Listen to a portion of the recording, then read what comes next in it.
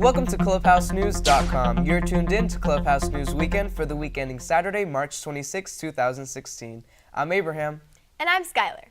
Gear up for an incredible ride of politics as we discuss the Arizona and Utah final votes from the presidential primaries.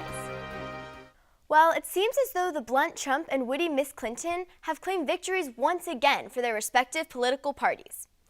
The Arizona wins helped Donald Trump, who represents the Republican Party, and Hillary Clinton, who represents the Democratic Party, win even more delegates to help them maintain their leads in the delegate count, despite victories from their primary competitors. Trump and Clinton can't joyride just yet, as Ted Cruz came out with a big win in Utah, and Bernie Sanders claiming both the state of Utah and Idaho.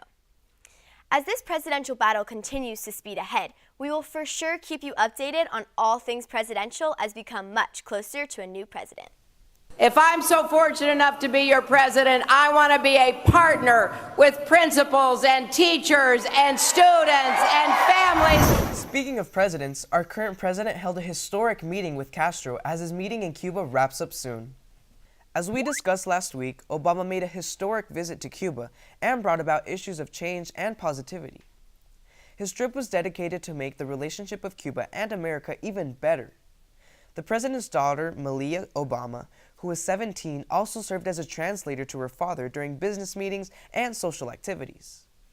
Obama's speech to Cuba encouraged change, business growth, and racial equality among all in the Cuban and American society. As the relationship blossoms between the Cuban government and American government, we will keep you updated on what's to come now that this historic visit has taken place. And we, like every country, need the space that democracy gives us to change. Well, Easter season is here, so bring out your nice outfits, listen to some good music, and enjoy the celebration of Christ as we celebrate Easter.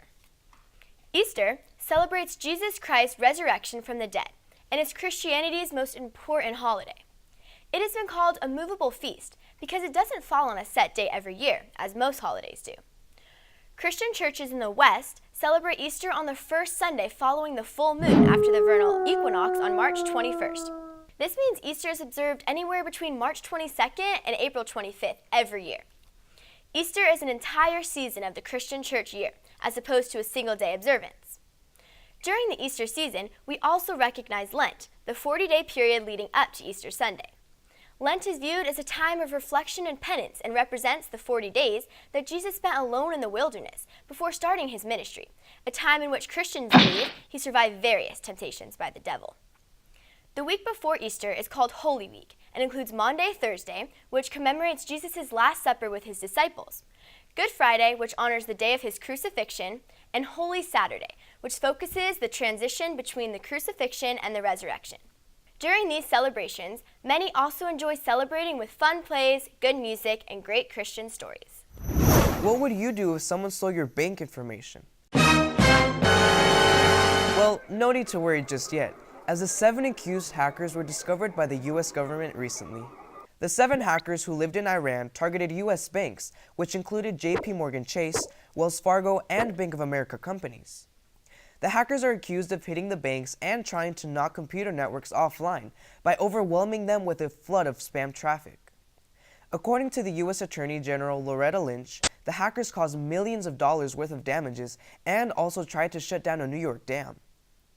The crimes also included attacking U.S. banks, public websites from late 2011 through May 2013.